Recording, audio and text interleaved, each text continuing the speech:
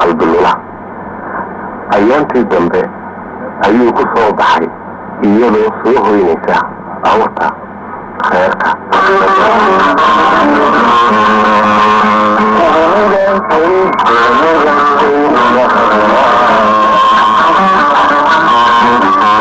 xasan iyo qalbilola waqti fog ayay isnoogeen intii ay kala maqnaayeenna nolosheeda waxla iska bedelay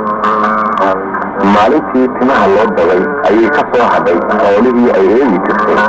waxayna hooyadeed ka codsatay in imika wixii ka dambeeya aan ari iyo geel dambe loo dirsan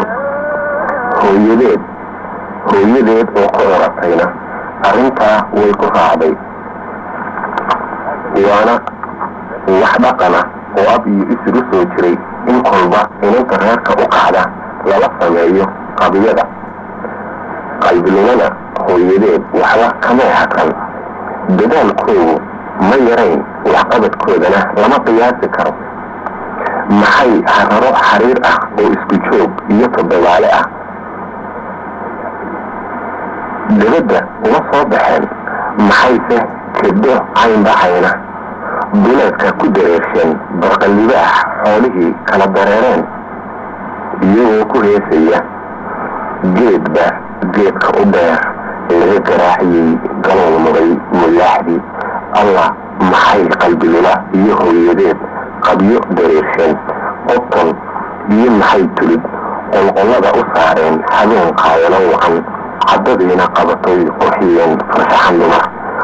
ubaxa iyo loolkiyo maxay dhiga afleenoo jilka lagu adkayn jiray siday sidaa u ahayd ayaa iyadiyo gabdho kale maalin maylaha ay doonteen qayntii ay ka diiran lahaayeen markay soo gaareen ayaa qaynta lagu baahay sanqadoodunbaa isku baxaysay waxa kala qariyey dhirtii galoolka ahayd ee guuga ku mawashay iyo yahaygii jiqda ahaa ee ka hoos baxay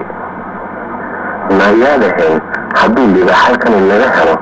maxaynu yeeli doonaa ayaa qalbilula gabdhihii la socday mid ka midihii su'aal ahaan u soo bandhigtay naabisinkii ha noo saxabin ayay mid kalena tiri cabaar baa murankaa lagu jiray wax lagu iloobay mooyaane mar sheekadaasi gudhay oo lambarlaan ay uga tallaabayso sidii baranbaalista qalbiluli hadba liid maxaana jillayda ay ka mulaaxsanayso ayaa meelan ka durugsanayn nin kaga soo muriyey ninkaa iyo qalbiluli xaasaawo hore ayay lahaayeen iyo wacad dhowrku way isgarab degeenna sheekaa dhex martay hase yeeshee dayr ayaa soo dhex gashay beeshuna way kala hayaantay markii haddaba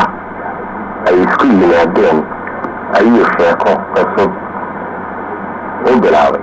wuxuuna yidhi waxaan rabay inan dhinaca magaalooyinka tago oo arrimo ayaa inagu soo kordhay dawaabtii kelmadinay naga dhacday nin weynoo hadal ka dhacay waa geed qolosi ka dhacday markaa saddexna lama galo oo hansi gabadheed iyo hadimo xoolaad iyo habaar waalid midna lama galo innagana waxbaa inoo yiil anna waxay soo galay haloosi kale markaa maxaynu yeelnaa buu yidhi qalbilulu waxay tiri dantaada caddayso intay hoos u foorarsatay xishoodkii dumarkii la arki jiray geedkii dhinaca kale ka taagnaa ayuu ka soo wareegay hadalku tuurtuurka kuma samee wuu gaagaabsaday wuxuu yidhi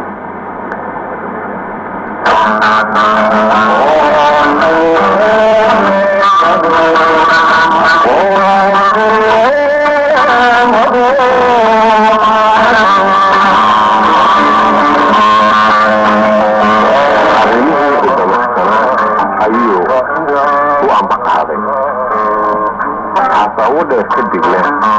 لبدودي أي أسلا دونتي قبله ما يلحظة أي قلب لله ودبيرانيين قوران قور بأحين أي كسو عن ببرين أي قلب لله كما قنطعي مركي كذين أي إيجانا وجدا بيسي تنكي قابتي بكسو نقدين وحيوش يا جنة قابتي أما بطي أرقى قلب لله وجدا بيسي هذا يبقى بدون أيها وضع عقي أفرضي وآبهي كجرو أيها إسراعي إنه ولالك يدينا إذن كحد معي أيها وحي مادين حلقي قلب الله بدو جدا بيسي فات كده قصدين خيرمي هنا ما حد يفات هذا هلان روح حاجنا ويحيان waxay raadkii ku soo joogaan maalintaa hore ee yanka lala tegay maalinteedii dambe ayay soo gaadheen lamaanihii wada socday oo meel ka xabkaysanaya qalbululaha ka hor aragtay waa laynaxayaaye isdiyaari bay tiri waa iyaguudo aabbahay iyo walaalkay iyo reerkii oo dhanba wax ka socda bay tiri waxba ina odhan maayaan iska joogbuy alla walaalkay baan ka aqaanayo wayna dilayaabay iyo noqday sidaa